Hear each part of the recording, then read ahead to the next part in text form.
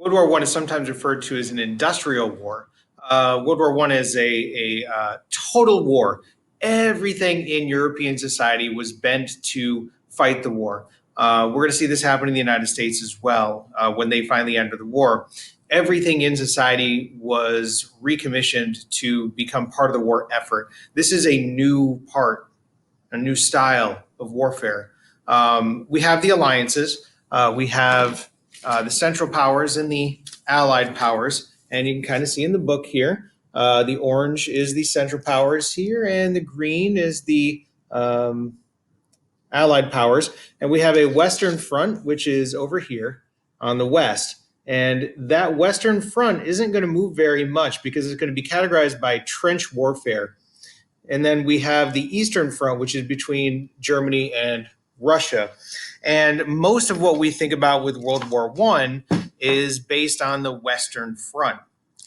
The Western Front was categorized by trench warfare, about 460 miles of zigzagging trenches going from about midway through France all the way up to the English Channel.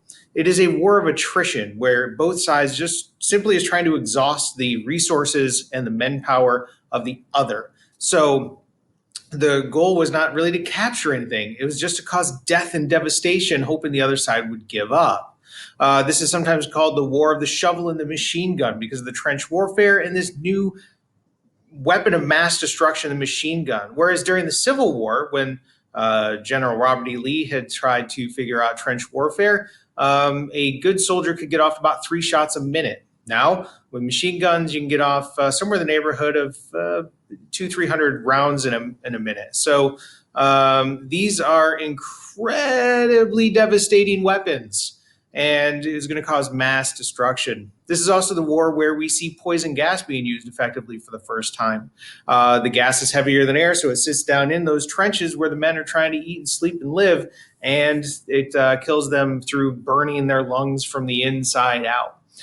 This is also where we see barbed wire into what's called no man's land, trying to channel all of those soldiers in towards the machine guns so the machine guns can just mow them down.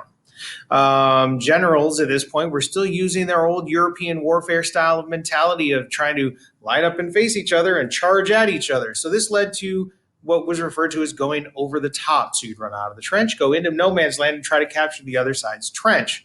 This is going to lead to about 35 million casualties in a single battle, the Battle of Verdun. There's going to be somewhere in the neighborhood of 500,000 deaths over the course of about 10, 12 days.